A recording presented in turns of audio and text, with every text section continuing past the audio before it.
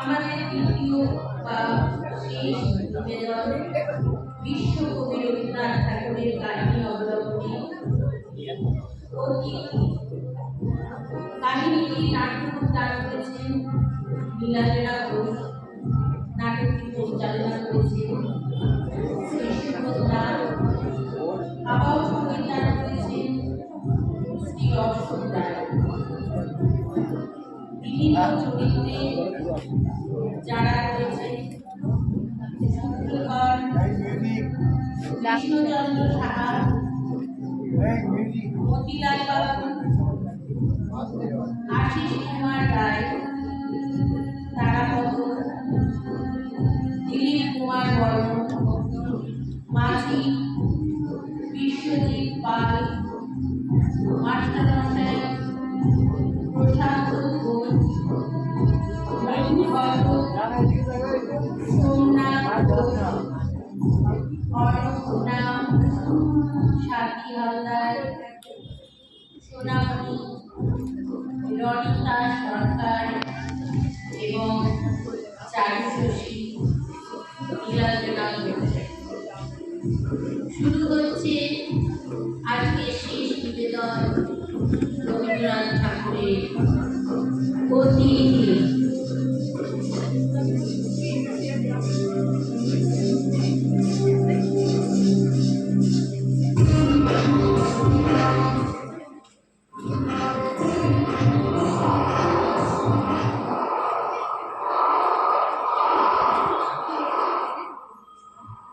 প্রাথমিক জমিদার মতিলাল বাবু নৌকো করে সপরিবারে স্বদেশে যাচ্ছিলেন।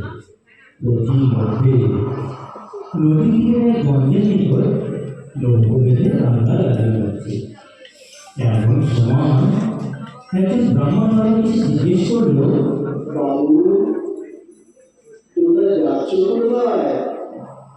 কাঁঠালে। আমাকে নন্দীগায় নামিয়ে দিতে পারো? তোমার নাম কি? আমার নাম তারাপদ। বাহ, ছেলেটা দেখতে তো খুব সুন্দর। দেখে মনে হচ্ছে যেন দেবতা বহু যত্নে নিখুঁতভাবে ছেলেকে বানিয়েছে। গত জন্মে যেন ঠাকুর ভালো ছিল। হ্যাঁ বাবা, তুমি স্নান সেরে এসো, এখনই আহারাদি হবে। তবে আমার চাকরটি হিন্দুস্তানি, সে মাছ রান্নায় পরিবার বলে বিলম্ব হচ্ছে। বাবু, আপনি কিছু চিন্তা করবেন না, আমি এক্ষুনি রান্না করে দিচ্ছি। আর ছেলে কোথা থেকে এসেছে? এর মা এনেছে, কেমন করে প্রাণ ধরে আছে।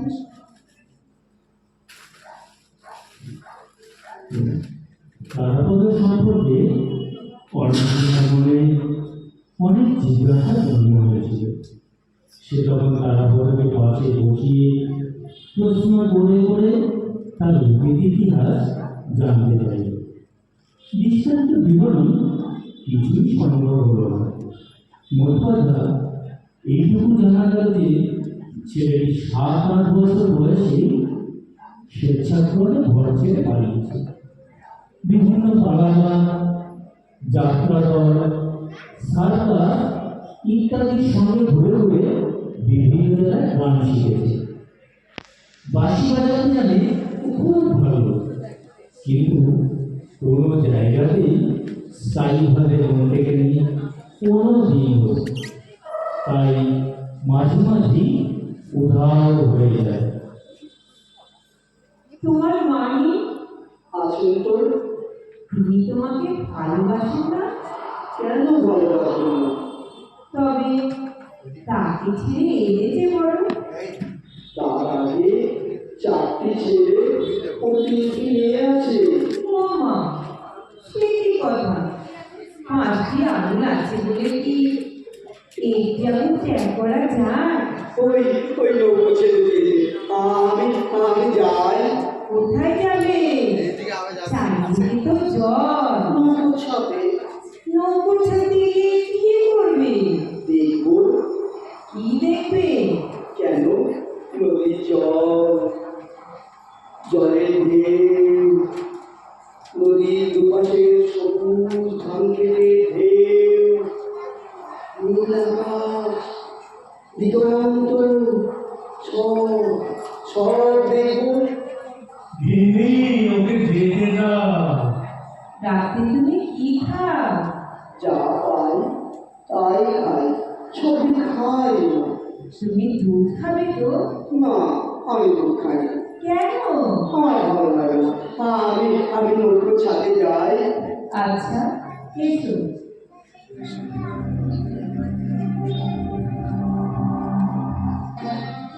তারপর নৌকোর ছাদের উপরে পালের ছায়ায় গিয়ে আশ্রয় নিল।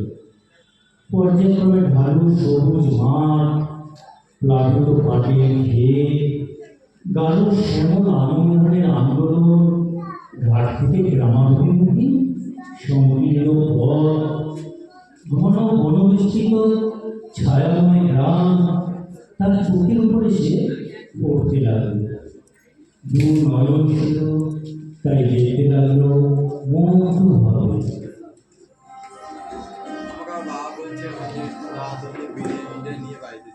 মাঝি, তোমার দেশ কোথায়? বাবু, আমার ঘর এই কাঠালিয়া, কিন্তু এখন এই নৌকাই আমার সব। আমার ঘর, আমার বাড়ি, আমার ব্যাগ। তোমাদের খুব মজা না? কি সুন্দর নৌকোটি হলো, কত দেশ দেখতে পাও, কত সুন্দর সুন্দর জায়গায় যাও। একদা বাবু, তুমিও থাকো না আমাদের সঙ্গে, আর তুমিও তাহলে যেতে পারবে আমাদের সঙ্গে। দেখো, আমি থাকবো তোমাদের সঙ্গে। নতুন নতুন দেশ দেখতে আমার খুব ভালো লাগে। জানো তো বাবু, কত ছোট থেকে এই নৌকা চালাচ্ছি আমি। কত রকমের ব্যাগ, কত রকমের গ্রামগঞ্জ, কত মানুষ দেখলাম জানো। একবার নৌকা করে যেতে যেতে হঠাৎ দেখলাম একদল দলদস্যু আমাদের দিকে ধেয়ে আসছে। তোমায় কি বলবো বাবু, বুকের ভেতর এরকম ধরাস ধরাস করছিল। আমরা সবাই তো ভাবলাম এবার গেলাম আমরা। তারপর হঠাৎ খুব জোরে কালবৈশাখী ঝড় উঠল। আর আমরা পাল তুলেছিলাম। ঝড়ের ধাক্কা পালে লেগে অনেক দূর চলে গেলাম আমরা। আর জলদস্যুর হাত থেকে বেঁচে গেলাম আমরা।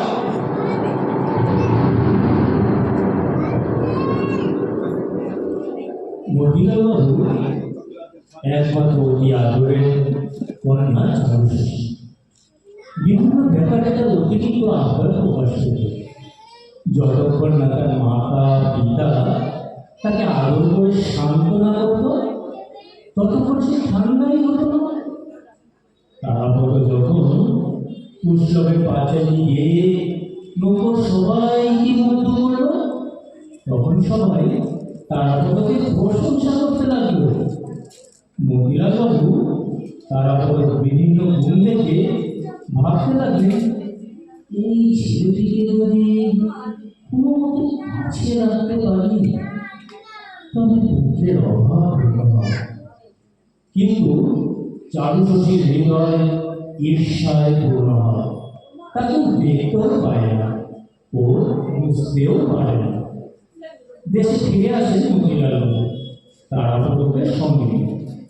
সমস্ত গ্রামবাসীকে তারাপদ নিজ গুণে মুগ্ধ করে দেন।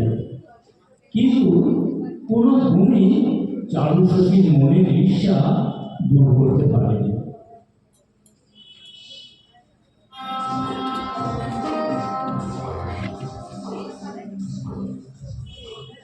চারুশশী দেশে ফিরে বাল্যবিধবাসী বাবুনাথ ঠাকুরের কন্যা সোনামণির সঙ্গে তার আদর দেখা হয়। কি রে সোনামণি, তোর এতদিনে সময় হলো আমার কাছে আসতে? আর বলিস না চালু, আমার জ্বর হয়েছিল, কাল প্রথম ভাত খেয়েছি। ও তাই বল। জানিস তো আমরা একটা ব্রাহ্মণ বালক কিনেছি। কে শেষ হই? কি তার নাম? তা কি তুই দেখিস নি? তার নাম তারাপদ।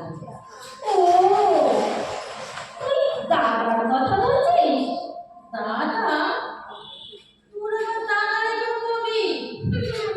আরে আসবে কেন? ওদের নতুন অতিথি, তার বলো। আমার মাকে মাসি বলে, আমি ওকে দাদা বলে ডাকি। তুই ওকে চিনলি কেমন করে? আমি তো জন্মিয়ে বিছানায়। একদিন সকালে ভোলা দাও, মানে তোদের ভোলা ময়রা দোকান থেকে আমার জন্য সাবু দিয়ে গেল। ভোলা দা ওই দাদাকে ওর দোকানে বসিয়ে এসেছিল ট্রেনের মাঝি দাঁড়াবার জন্য। তুই ওকে দেখলি কোথায়? সেদিন দুপুরে দেখতে এলো আমি কেমন আছি। মাকে মাসি বলে রেখেছিল। কি সুন্দর আর ভালো ছেলে রে। বটে, সুন্দর ভালো ছেলে। বুঝলি কেমন করে? আমাদের বেল গাছটা খুব উঁচু, বেলগুলো পেকেছিল। আমাদের তো কেউ নেই যে গাছে উঠে বেল পারবে। দাদা ওদিকে দেখে নিজেই গাছে উঠে বেলগুলো পেরে দিয়েছে। তাই নাকি? আর কি করেছে? কাল দুপুরে কি সুন্দর বাঁশি বাজিয়ে শোনালো। আমাকে সরু বাঁশ নিয়ে একটা কাঁচা বাঁশিও বানিয়ে দিল। বটে, আচ্ছা দেখাচ্ছি। দাদা, ও দাদা, ও তারাপদ দাদা, তুমি বাঁশিটা নিয়ে এসো। আচ্ছা এখন বাঁশি শুনি নাকি? দেখ না কি করি। হ্যাঁ, এই যে বাঁশিটা দাও তো। দাঁড়াও, এখন এটা ভাঙবো। দাদা দেখো, একটা বাঁশি থেকে কেমন দুটো বাঁশি বানালাম। ছাড়ো, আমি যাই। যা যা, বাঁশি শুনবে, শোনাচ্ছি। আমি আরেকটা বাঁশি বানিয়ে নেব। না না, তুমি আর বাঁশি বানাবে না, বানাবে না, বানাবে না কিন্তু বলছি।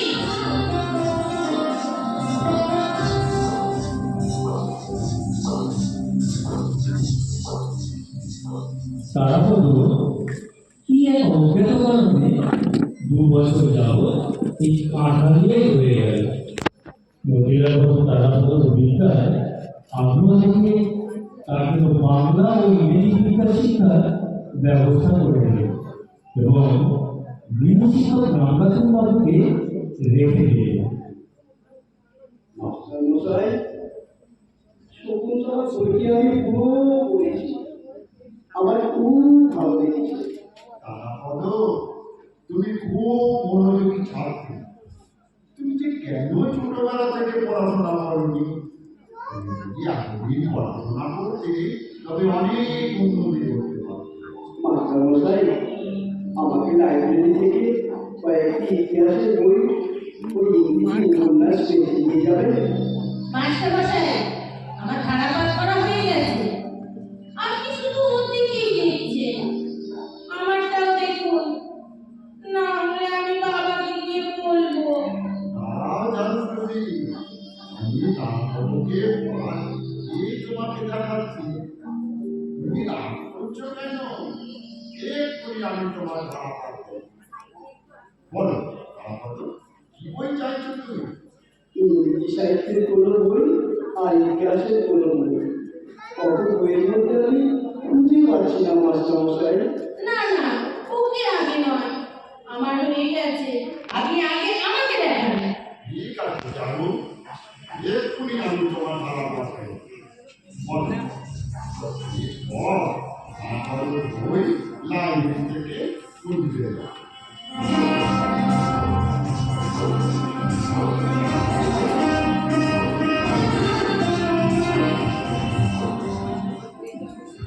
আর দুটি ভাজি আমার পেট হয়ে গেছে। তারপরেও আজকাল পড়াশুনো করছে। পড়াশুনো করলে দুধ খেতে হয়, তাহলে পাঠ মনে থাকে। না আমার তো পাঠ মনে আছে। বেশি তর্ক করো না দাদা। এখন তোমাকে দুধ খেতে হবে। আচ্ছা মাসি। তা না খেলে আমিও দুধ খাবো না বলে দিলাম। আচ্ছা আচ্ছা মাসি, আমি দুধ খাবো। বাবা, আমিও ইংরেজি শিখবো। বাবা চালু, ইংরেজি শেখা খুব কঠিন, তোমাকে অনেক খাটতে হবে। সব কিছু শুধু দাদা পারে, আমি পারি না, তাই না? আমি দুধ খাবো না। চালু, মা কাঁদিস না। ও, আমি কান্দন নদীকে বলে দিলাম, তোকেও ইংরেজি পড়াবো। দাদাকে যা যা বই কিনে দিয়েছো আমাকেও দেবে কিন্তু। আচ্ছা, তাই দেবো, ঠিক দেবো বাবু। মাসি, আমার ঘরে খেতে এলে আমার অনেক সময় নষ্ট হয়ে যায়। আমার খাবারটা পড়ার ঘরে পাঠিয়ে দেবে। সে কেমন করে হয় বাবা? এই খাবার পরে সময় পেলে তোমায় আমি দেখতে পাই, আর দুটো কথা বলতেও পাই। দেখো মা, বেশি বাবা বাবা করো না তো। পড়াশুনো করতে হলে এমনটাই করতে হয়।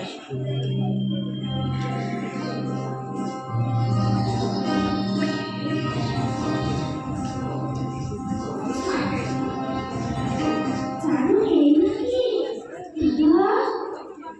ও ভাই তোমার সঙ্গে দেখা করতে চুপি চুপি। তুমি পড়ছো তো? কি শোনা? কি খবর? মাসি কেমন আছে? এই শোনা, তুই পড়ার সময় বই পড়তে এসেছিস? আমি এক্ষুনি বাবাকে গিয়ে বলবো। রাগ করিস না চালু, এক্ষুনি চলে যাও। এই দাদাকে দেখতে এসেছিলাম। দাদাকে তোর দেখতে হবে না, আমি দেখবো। তুই যা। শোনা, আজ সন্ধ্যেবেলায় আমি তোমাদের বাড়ি যাবো, কেমন? যাবে বই কি, তোমার পড়া করতে হবে না?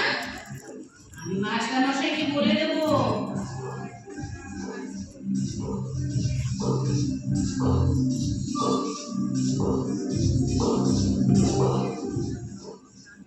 বুঝলে মধু ঘটক, আমার মেয়ে এবার 11 বছরে পড়লো। ওর জন্য একটা ভালো সম্বন্ধ আছে। আমাদের পাল্টি ঘর, আমাদের মতো পরিবার হওয়া চাই। আমি হলাম মধু ঘটক, আপনার মেয়ের বিয়ের সম্বন্ধ আনবো।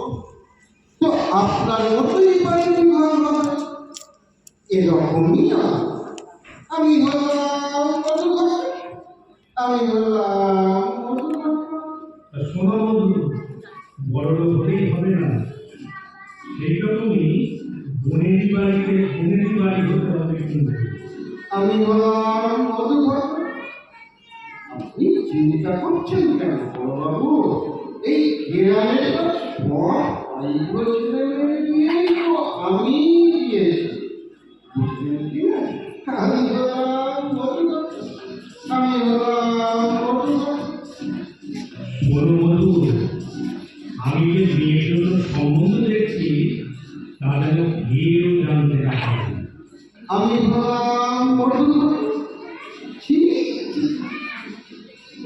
কি বলছেন বড়বাবু? আপনার অন্যের খবর বাইরের কারোর কাছে জানাতে না বলছেন আপনি? আমি হলাম মধুকর। থাক থাক, অত বিনয়ের কোনো দরকার নেই। তুমি এখন এসো। আচ্ছা, ভালো খবর থাকলে জানিও। আমি হলাম মধুকর। হ্যাঁ, আপনি কিচ্ছু চিন্তা করবেন না। তবে বলছিলাম ওই বড়বাবু, যদি কিছু একটু পথ খরচা পেতাম, মানে আমি হলাম মধুকর। ও হো হো হো। হ্যাঁ হ্যাঁ হ্যাঁ হ্যাঁ, এই নাও। আমি হলাম মধুকর। কি নাম বড়বাবু? আমি হলাম মধুকর। আমি হলাম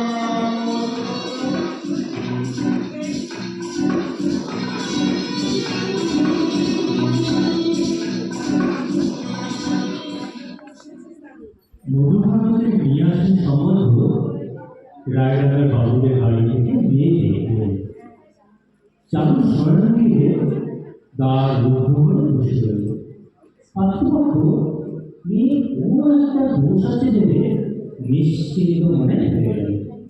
অবশেষে খুবই নাটকীয়ভাবে চালুর বিয়ে ঠিক হলো। বুঝলে গিন্নি, ভালোই হলো। তারপর সাথে চালু দিলাম। আমি তো প্রথম থেকেই বলেছি, পার্টির জন্যে তুমি এত খুঁজে বেড়াচ্ছ কেন? তারপর ছেলেটি তো বেশ, আর তোমার মেয়ের ওকে পছন্দ হয়েছে বলো? তখন কি তারাপদ তুলসী কিছু জানতাম? আমার একটি মাত্র মেয়ে, ভালো ভাবে বিয়ে দিতে দিয়েছিলাম। এখন তো তারপর দাদাও মায়ের নিকট তুলসী জানতেই পেরেছে। হ্যাঁ, আমি বংশ, কিন্তু দরিদ্র। তাতে কি হয়েছে? আমাদের তো একটি মাত্র সন্তান, চিন্তার কি? তাছাড়া তারাপদ ছেলে খুব ভালো, ওকে ঘরেই রাখতে পারবো। একমাত্র মেয়েটিকে ঘরের বাড়িতে পাঠাতে হবে না। এও চিন্তা করে দেখো, আমাদের অশান্ত অবাধ্য মেয়েটির দুরন্তপনা আমাদের স্ত্রীর চোখে যতই মার্জনীয় বোধ হোক, শ্বশুর বাড়িতে কিন্তু এও সহ্য করবে না। ঠিক বলেছ গিন্নি, ঠিক বলেছ। শ্রাবণ মাসে বিয়ে শুভ দিন। তারাপদর মা ও দাদা মেনে নিয়েছে। আষাঢ় মাস শেষ হতে চললো, কলকাতা থেকে বিয়ের কেনাকাটা করতে হবে তো। চিন্তা করো না, কোনো চিন্তা করো না। ওই দাদার লোকটাকে ঘরের বাদ্য বায়না দিতে এবং জিনিসপত্রের খরচ পাঠিয়ে দিয়েছে। তারাপদর মা ও ভাইদেরও আমাদের অংশ পাঠিয়ে দিয়েছি।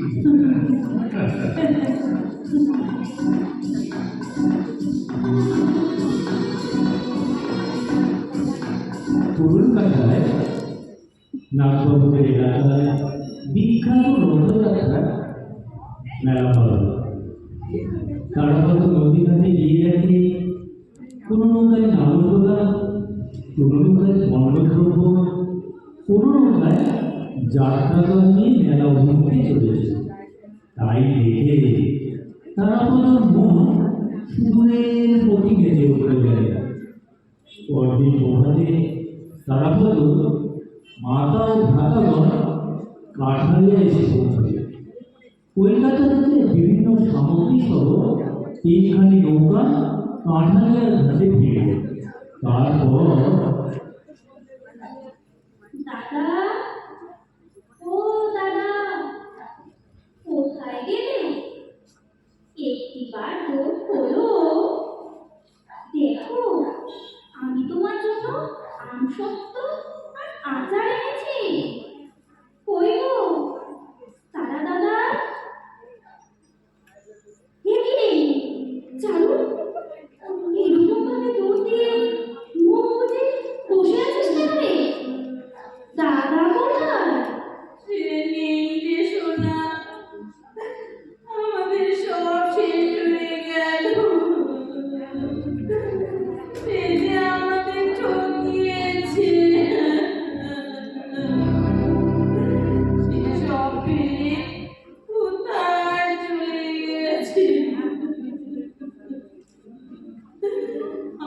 ডাক্তার কেউ